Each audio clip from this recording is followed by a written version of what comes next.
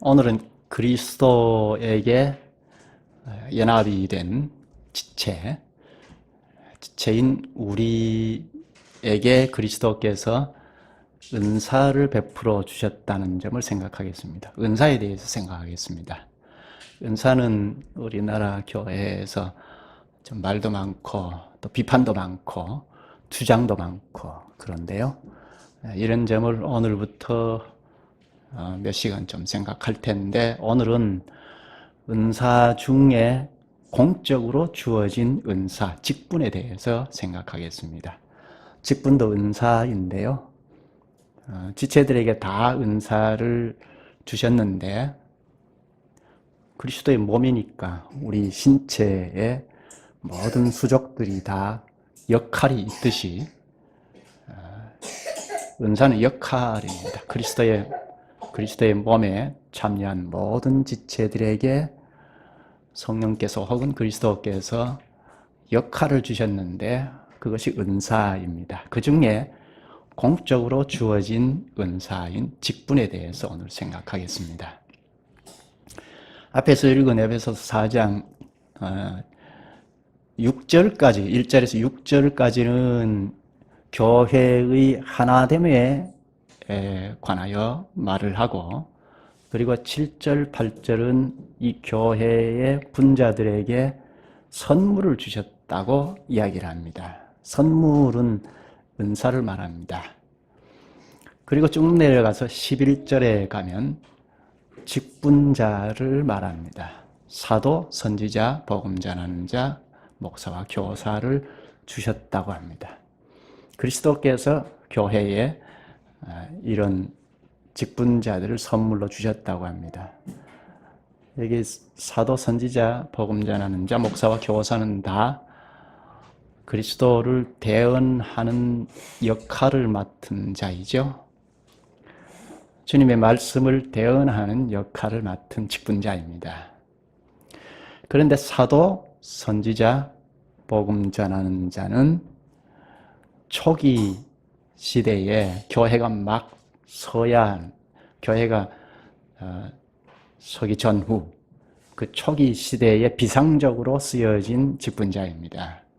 그리고 목사와 교사는 오늘까지 교회 안에 주어진 직분입니다. 오늘은 다 생각하기는 좀 벅차고, 초기 시대에 비상적으로 주어졌던 직분, 사도, 선지자, 복음 전하는 자에 대해서 좀 핵심적인 것을 생각하겠습니다. 먼저 사도를 생각할 텐데, 사도, 선지자, 복음 전하는 자, 목사와 교사를 주셨느니라 하고 왜 주셨는가 하는 것을 12절에 말하죠. 그것은 지난 시간까지 우리가 한 2-3시간 반복해서 생각했는데, 그리스도의 몸을 세우려 하심이라 했습니다. 은사를 주신 것은 공적으로 세우신 은사인 직분을 주신 것도 그리스도의 몸을 세우려 하심이라. 이 점을 염두하고 직분을 생각했으면 좋겠습니다. 직분을 왜 주시는가? 그리스도의 몸을 세우기 위함이다 하는 것을 생각하고, 먼저 사도를 생각하죠. 사도는 우리가 좀 상식적으로 많이 알고 있는데요. 우리 상식을 좀 동원하죠. 사도가 하는 일이 무엇인가요? 사도가 하는 일이 무엇이죠? 주도적으로 하는 일은 그리스도의 복음을 전하는 일이죠. 당시 그리스도께서 십자가에 못 박혀 이단자로 죽였는데, 그 죽인 유대인들 앞에서 부활했다는 것을 전했죠. 그리스도의 죽음과 또 부활을 같이 전했죠. 이것은 사도들이 예수님을 쫓아다니면서 3년 동안 함께 하면서 예수님께서 가르쳐 주신 복음의 내용을 다 전했습니다. 예수 그리스도를 믿으면 구원된다, 예수 믿으면 천당 간다, 그것만 전하고 만 것이 아니고 그리스도께서 가르쳐 주신 천국의 복음을 다 전했습니다. 첫째, 사도가 하는 일은 그리스도의 복음을 다 전했다는 것. 또 하나는, 둘째, 이때는 비상적인 시기입니다. 주님의 교회가 복음을 전해서 서야 하는 시기였고, 그리고 아직 계시가 완결된 시대는 아닙니다. 물론 객관적인 계시가 예수 그리스도의 죽음과 부활로서 완전히 꽃이 피었지만, 그러나 그것을 사도들이 설명해 나가는 계시가 계속 주어지던 때입니다. 이런 시기에 사도들이 했던 중요한 일은 계시의 내용 혹은 그리스도의 복음의 내용을 분별하고 확정해야 하는 시기입니다.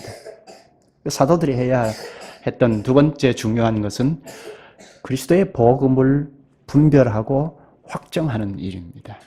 어떤 것이 그리스도의 복음인지 아닌지 이런 것을 분별해서 확정하는 것이 중요했습니다. 무조건 그리스도의 복음이다 하고 전하면 안 되지 않습니까? 계시가 지금도 주어지던 그런 상황이었기 때문에 너도 나도 이거의 복음이다, 이것이 하나님 말씀이다 할 수 있지 않습니까? 그런 때에 사도들이, 그리스도께서 사도들에게 그런 능력을 허락해 주시고 또 성령께서 오셔서 능력을 베풀어 주셔서 이러이러한 것이 그리스도의 복음이다 하고 확정할 수 있도록 했습니다. 로마서 12장 6절에 보면 믿음의 분수대로 예언하라는 말씀이 있습니다. 여기 믿음은 사도들이 전한 그리스도의 복음을 믿는 믿음을 말합니다. 그럼 사도들이 전한 복음의 범위 안에서 예언하라는 말입니다. 오늘날로 말하면 성경 계시가 기록으로 완결이 되어 있는데 이 기록되어 있는 성경의 범위 안에서 설교하라, 전도하라 그런 말이 되죠.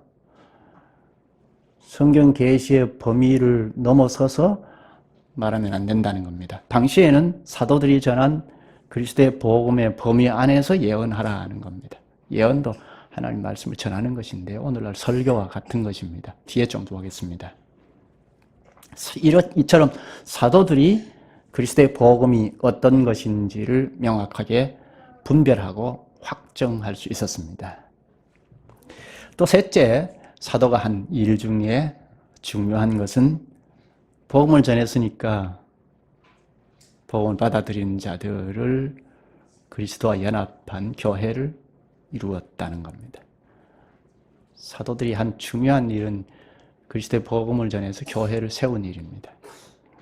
예수님께서 내 교회를 세우리라 하신 말씀을 잘 깨닫고 그리스도의 교회를 세웠습니다. 교회를 세우려면 예수 믿으면 천당 갑니다 하는 말만 전해서는 세울 수 없죠. 그것부터 시작을 하지만 그리스도를 믿고 나오는 자에게 세례를 베풀고 그리스도와 연합하는 몸을 이루어야 하고 그 몸을 이루었으면 이것이 어떤 것인지 우리가 지금 교회에 대해서 배우는데 이런 내용들을 알아야 하죠. 오늘 본문을 국한해서 생각하면 6절까지는 교회의 하나됨을 말하고 그리고 이 교회의 지체들에게 선물을 베풀었다. 그리스도께서 선물을 주셨다. 은사를 주셨다는 것도 알아야 하고 은사가 무엇인지도 알아야 하고 그리고 11절에 가면 그리스도께서 어떤 사람은 사도로 어떤 사람은 선지자로 어떤 사람은 복음 전하는 자로 어떤 사람은 목사와 교사로 주셨느니라 했는데 어떤 사람이 사도인지 어떤 사람이 선지자인지 어떤 사람이 복음 전하는 자인지 목사와 교사인지 그걸 잘 분별해서 가르칠 수 있어야 가능하죠. 교회를 이룬다는 것은 이런 내용이 다 포함이 되죠. 또 이런 직분을 주신 목적이 무엇인가도 알아야 하죠. 이 본문이 바울이 기록했는데 에베소 교회를 가르치기 위해서 기록한 것인데 직분자를 주신 목적은 12절에 그리스도의 몸을 세우려 하심이라 하죠. 사도인 바울이 이런 인식을 다 가지고 교회를 세운 것입니다. 그리고 교회의 목표는 13절에 가면 그리스도에게까지 자라는 것, 15절에도 그랬죠. 그리스도에게까지 자라는 것. 하늘 보좌 우편에 계신 그리스도에게까지 자라는 것을 목표하고 교회가 형성이 된다는 것도 알아야 하죠. 그리고 교회가 이렇게 자꾸 자라가는 것은 무슨 이유인가? 왜 자라가야 하는가? 그건 14절에 말합니다. 이는 우리가 이제부터 어린아이가 되지 아니하여 사람의 속임수와 간사한 유혹에 빠져 온갖 교훈의 풍조에 밀려 요동하지 않게 하려 함이라. 교회가 안 자라면 어린아이 상태에서 못 벗어나죠. 만년 어린아이 상태에 머물러 있으면 교회는 자꾸 타락합니다. 자연히 세상 것이 자꾸 들어와서 배도해 나가게 됩니다. 결국은 예수님의 교회답지 못하게 되어버리죠. 이런 점도 잘 알고 있어야 교회를 잘 세울 수가 있죠. 바울이 에베소 교회가 어떻게 서나가야 하는지를 가르치기 위해서 쓴 편지인데, 이게 사도의 인식 체계입니다. 사도들이 이런 인식을 가지고 교회를 세운 겁니다. 그리고 보면 16절에 보면 그리스도에게서 지체들이 전부 도움을 받는다고 하고, 그래서 마치 몸이 자라듯이 지체들이 사랑 안에서 스스로 세운다고 합니다. 이렇게 지체들이 전부 그리스도의 도움을 받는다는 것, 그래서 스스로 세운다는 것, 이런 의식도 있어야 교회를 세울 수가 있죠. 지금 본문을 국한해서 생각을 했는데, 사도들이 신학의 계통을 분명하게 가지고 교회를 세웠다는 것입니다. 복음을 전하고, 그리고 복음을 분별하고 확정하기 위하여, 그리고 교회를 세우기 위하여 필요했던 것은 복음의 계통을 세우는 거죠. 그래서 그리스도께서 이 세상에 오셨을 때 하나님 나라가 왔다 하신 다음에 바로 12 제자들을 부르셨습니다. 제자를 택해서 제자를 삼았습니다. 누가복음 6장 13절에 보면 예수님께서 12를 택하여 사도라 칭하셨으니 합니다. 사도, 한문으로 번역한 거죠. 사도, 사자는 심부름 사자에, 도자는 무리 도자이죠. 이 말뜻은 심부름하는 무리인데요. 헬라어 본문을 보면 아포스텔톨로스인데, 직역을 하면 보냄을 받은 자, 파견된 자, 그런 뜻입니다. 예수님께서 제자들을 파송했으니까, 보냈으니까 예수님의 보냄을 받은 자, 그게 사도라는 말입니다. 예수님께서 이 사도들을 파송하실 때 마태복음 10장 40절에 보면 너희를 영접하는 자는 나를 영접하는 것이요 나를 영접하는 자는 나 보내신 이를 영접하는 것이니라 하셨습니다. 예수님을 영접하는 자는 하늘에 계신 아버지 하나님을 영접하는 것이라 했는데, 왜 그렇죠? 아버지 하나님의 보냄을 받아서 예수님께서 이 땅에 오셨기 때문입니다. 그래서 예수님께서 이 땅에 오셔서 하나님의 뜻을 다 전했죠. 그처럼 사도들을 영접하는 자는 예수님을 영접하는 자라고 했습니다. 사도와 예수님을 동격으로 놓았습니다. 왜 그렇죠? 사도들은 예수님의 보냄을 받았기 때문이고 예수 그리스도의 복음을 가졌기 때문입니다. 따라서 예수님을 믿으려면 사도를 믿어야 하고 그들이 가르친 그리스도의 복음을 믿어야 예수님을 바로 믿는 것입니다. 사도가 어떤 사람이죠? 사도의 자격이랄까요? 어떤 사람이 사도이죠? 사도는 예수 그리스도가 누군지를 잘 알고 그분이 어떤 일을 하신 분인지를 잘 알아야 하죠. 특히 예수님께서 죽으신 것과 부활하신 것을 목도한 사람이죠.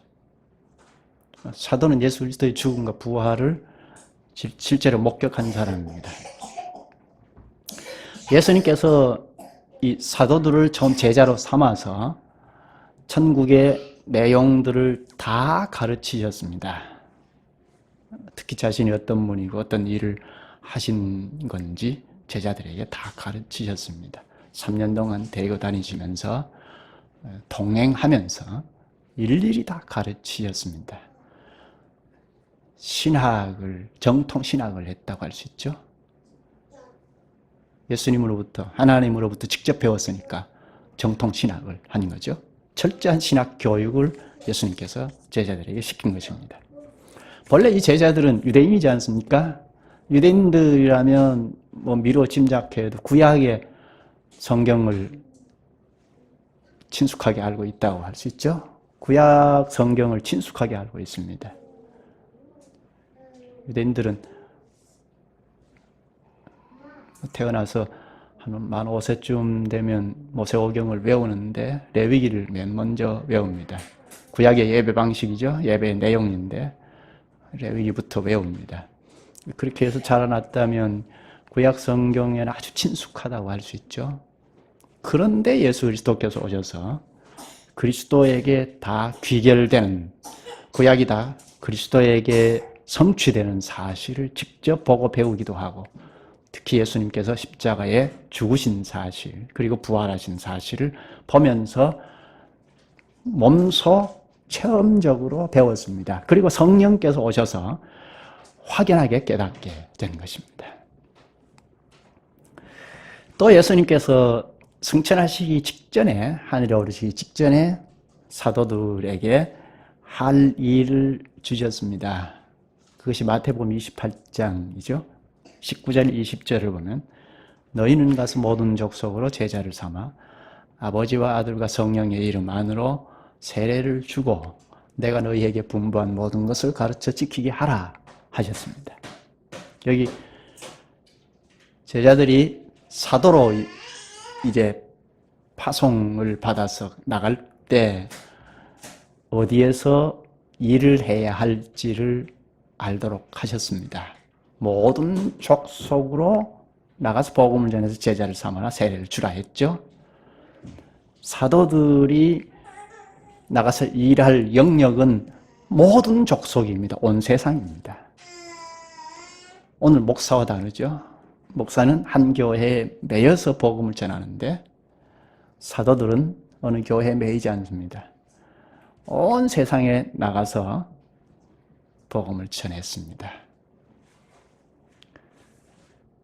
이것은 온 세상 어느 시대, 어느 지역에 있는 교회든지 다 사도들이 전한 복음을 받아서 믿고 지키고 살아야 한다는 이야기죠. 또 여기 내가 너희에게 분부한 모든 것을 가르쳐 지키게 하라 하고 명령하셨는데요. 여기 예수님께서 분부한 모든 것, 우리가 언제 배웠는데요. 예수님께서 분부한 모든 것 무엇이죠? 예수님께서 이 땅에 오셔서 제자들에게 가르치신 것은 물론이고 구약시대에는 모세를 통하여 선지자를 통하여서 예수님께서 가르치셨습니다. 그리고 직접 오셔서 가르치시고, 그러니까 사도들은 구약과 그리고 구약을 성취하신 그리스도를 잘 배운 거죠. 예수님께서 제자들에게 이런 것을 다 가르치셨습니다. 결국은 구약과 신약을 다 가르친 것이라고 할 수 있죠. 사람이 어디에서 무엇을 배우느냐가 굉장히 중요하지 않습니까? 그런데 사도들은 예수님께서 가르쳐 주신 것을 다 배웠습니다. 천국의 도리를 다 배웠다고 할 수 있습니다. 사도행전 20장 27절에 보면 이는 내가 꺼리지 않고 사도가 한 말인데 하나님의 뜻을 다 너희에게 전하였음이라 합니다. 에베소 교회 장로들에게 바울이 하나님의 뜻을 다 너희에게 전했다고 합니다. 예수 믿으면 천당 간다는 도리만 전하고 하나님의 뜻을 다 너희에게 전했다고 할 까닭은 없죠. 이렇게 예수님께로부터 배우고 깨달은 바를 다 전했다는 겁니다. 지금으로 말하면 구약 성경과 신약 성경을 다 깨닫고 전했다고 할 수 있죠. 그렇게 해서 에베소 교회가 서나갔습니다. 에베소 교회가 선 이후에 지금 에베소서를 바울이 보낸 건데요. 내용이 풍성한 내용 아닙니까? 그러니까 교회가 그리스도의 몸답게 설 수 있도록 풍성한 복음의 내용을 전한 겁니다. 에베소 교회뿐만 아니죠. 당시 교회들이 다 그랬습니다. 예루살렘 교회도 물론이고 예루살렘 교회에서부터 시작을 했는데 박해를 받아서 흩어지니까 저 위쪽에 있는 수리아 안디옥 교회도 사도들이 전한 복음의 내용을 전체적으로 배우고 깨달아서 섰습니다. 또 소아시아 지역에 있는 에베소 교회는 물론이고 다른 여러 교회들도 마찬가지입니다.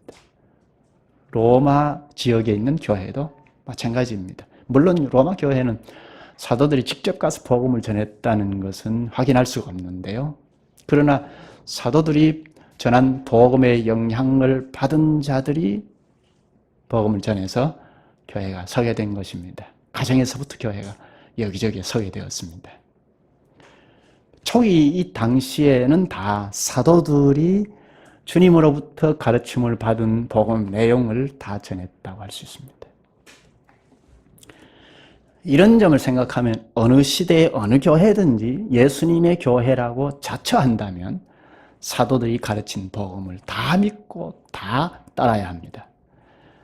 에베소서 2장 20절에 교회는 사도들과 선지자들의 터 위에 세우심을 입은 자라 하죠. 사도들의 토대 위에서 교회가 섰다는 말입니다. 본래 교회는 그리스도의 토대 위에서 서지 않습니까? 그리스도가 기초인데 사도들의 기초 위에 섰다는 것은 그리스도와 사도들은 붙어 있다는 겁니다. 그리스도의 복음을 다 가지고 다 전했으니까 그렇습니다. 따라서 사도들의 가르침과 토대가 되지 않는 교회는 예수님의 교회가 되기 어렵습니다. 사도들이 전한 복음을 떠나면 교회라고 하기 어렵죠. 갈라디아서 1장 7절에 보면 사도가 전한 복음 외에 다른 복음이 없다고 합니다. 만약에 사도가 전한 복음 외에 다른 것을 전하면 저주를 받는다고까지 합니다. 왜 그렇죠? 사도들이 그리스도의 모든 일을 다 전했기 때문입니다. 그래서 사도 직분 문제는 사도들 이후에 계승되지는 않습니다. 사도들이 예수님의 복음을 다 전했기 때문에 또 예수님의 복음을 전해야 할 사도가 필요치 않는다는 것입니다. 그러나 사도들이 전한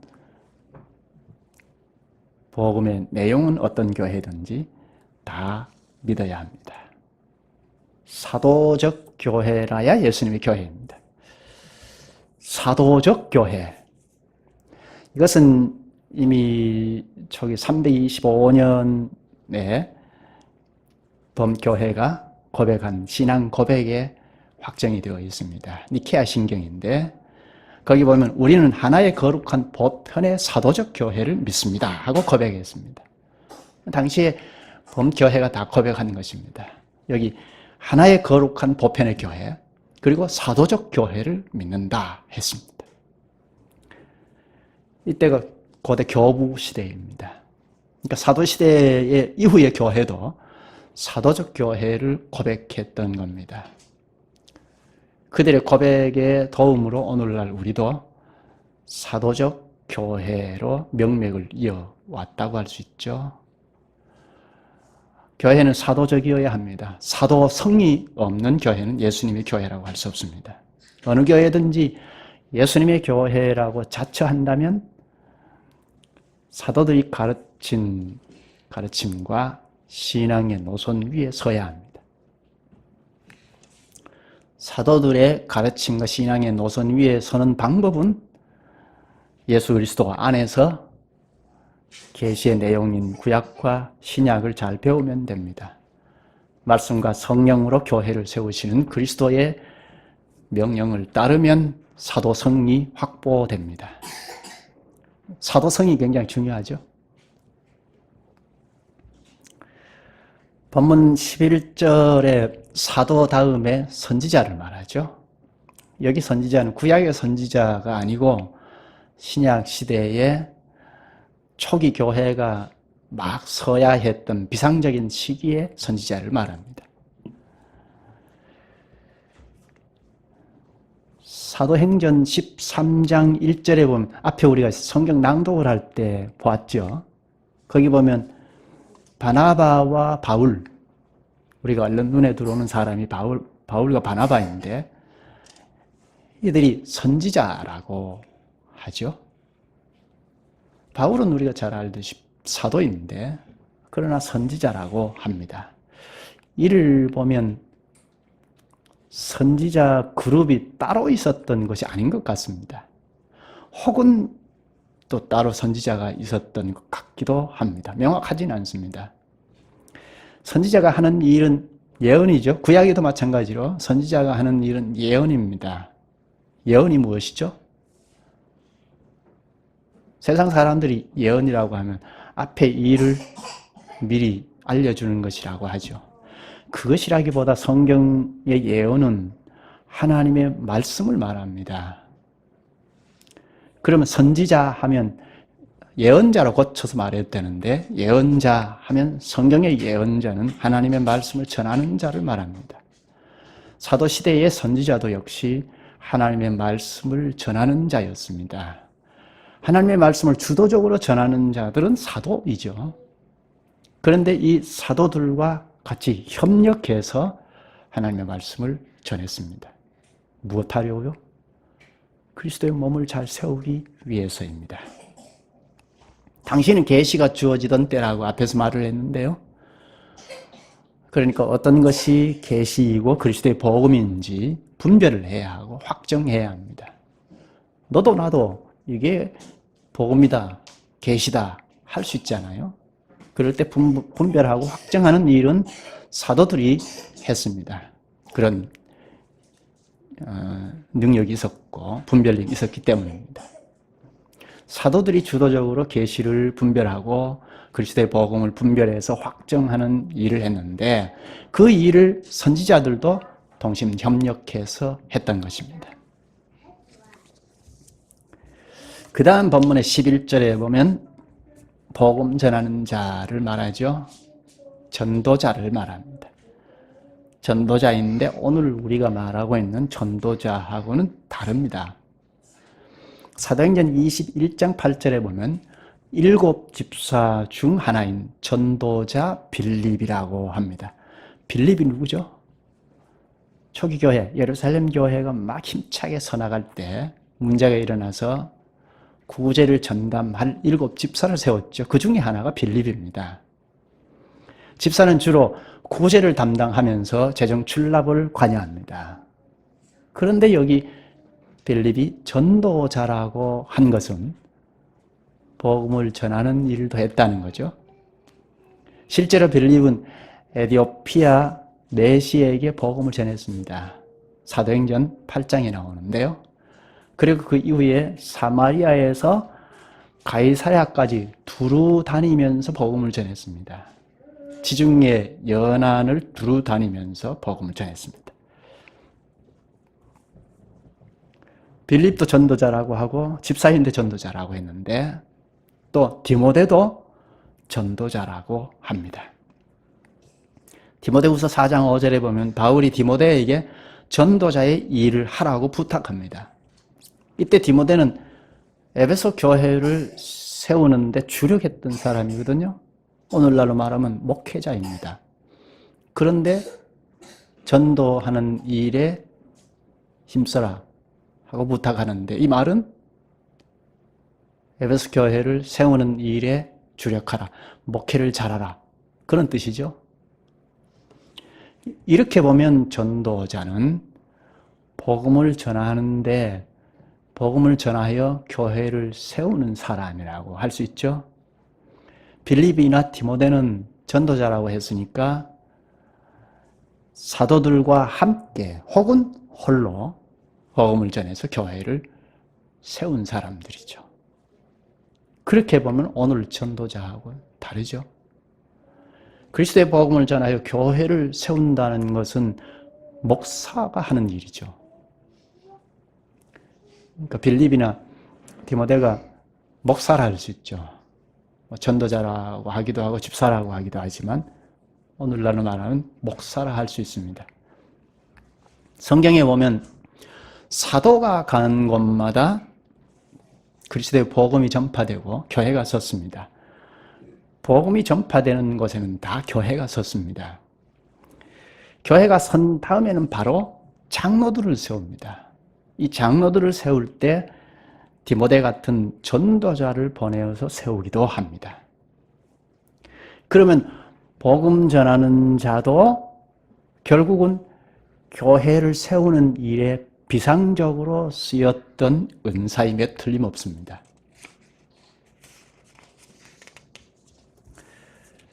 성경에 선지자나 신약에 있는 선지자나 복음 전하는 자를 뚜렷하게 구분하여 말하지 않습니다. 그리고 이들이 복음을 전할 때 무엇을 어떻게 전했는지 굳이 말하지 않습니다. 왜요? 말할 필요가 없었기 때문입니다. 선지자도 그렇고 복음을 전하는 자도 다 사도들을 도와서 했기 때문입니다. 당시에는 복음이 확정되어 가는 시기라고 했는데요.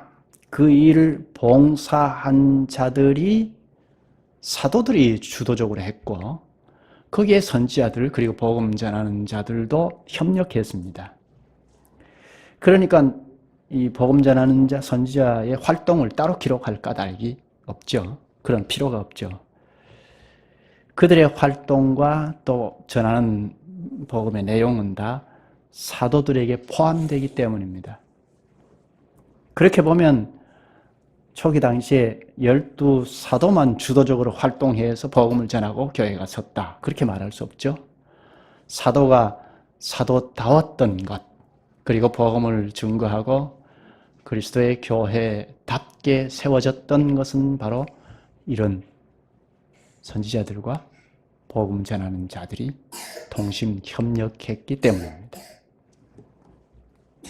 본문 11절, 12절을 잠깐 볼까요?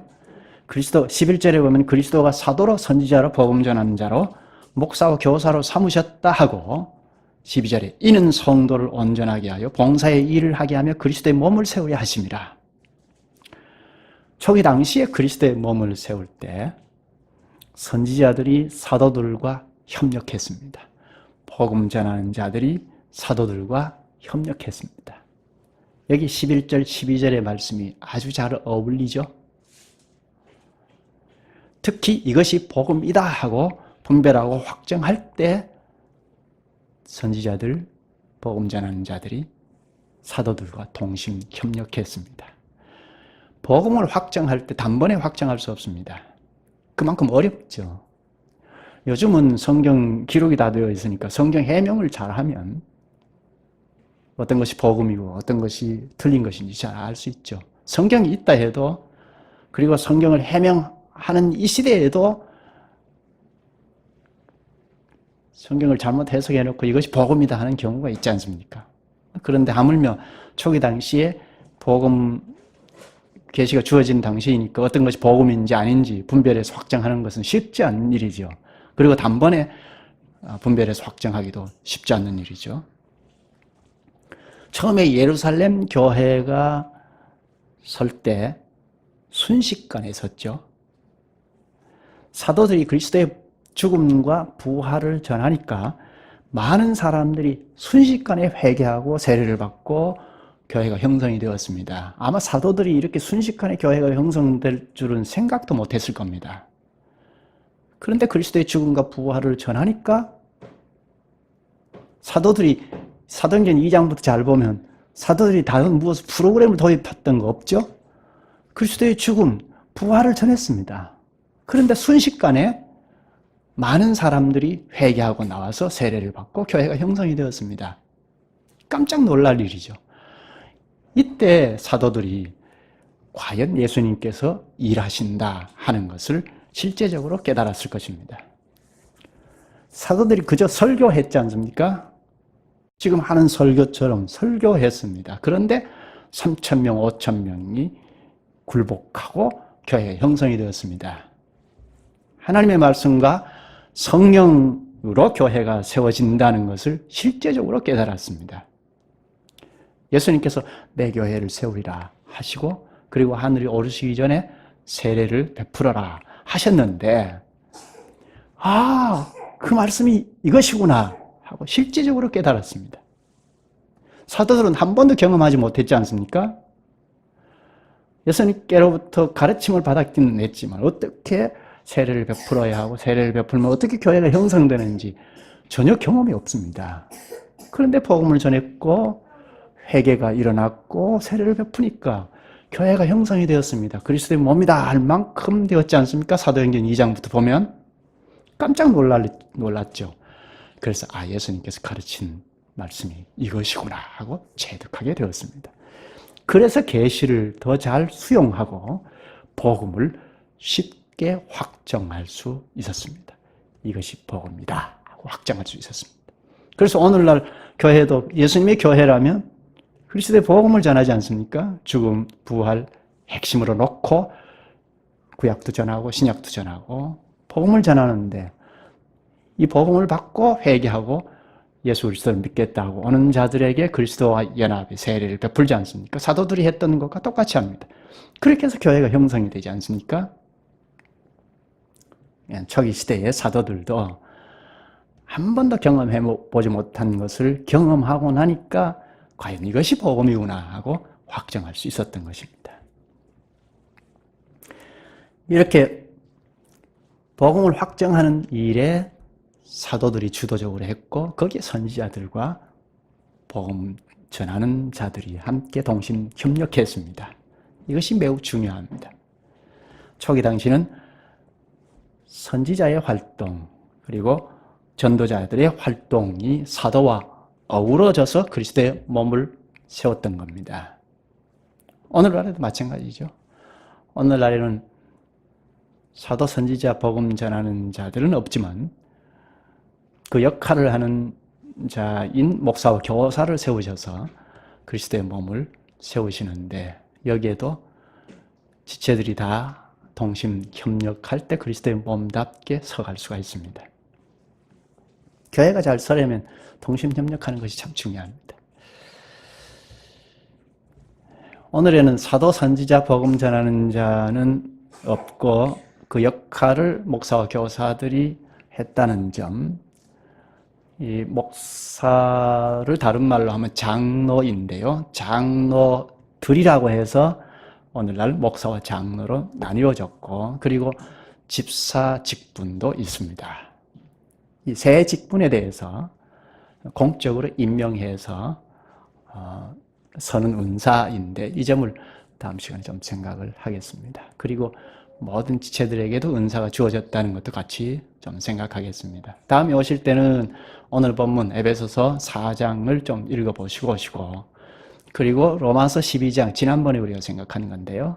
로마서 12장과 고린도전서 12장을 같이 좀 읽어보고 오시면 좋겠습니다. 내용은 비슷합니다. 여기까지 하죠. 자비하신 주님, 주님의 몸에 참여한 모든 지체들에게 다 은사를 주시되 특히 오늘 초기 시대에 그리스도의 몸이 서는데 사도, 선지자, 또 복음 전하는 자를 공적으로 세우셔서 쓰신 사실을 가르쳐 주셔서 감사합나이다.